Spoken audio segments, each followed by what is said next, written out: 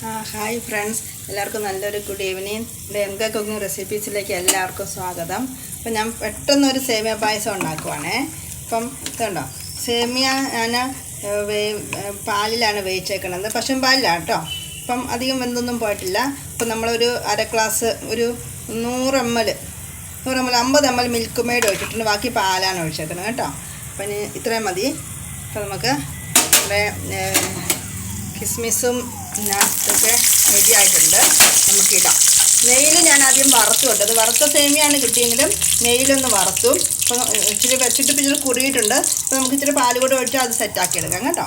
അപ്പം ഓണമല്ല, എല്ലാവരും സേമിയ പായസമൊക്കെ ഉണ്ടാക്കട്ടോ. സേമിയ ഒരുപാട് വെന്ത് പോകരുത് കേട്ടോ.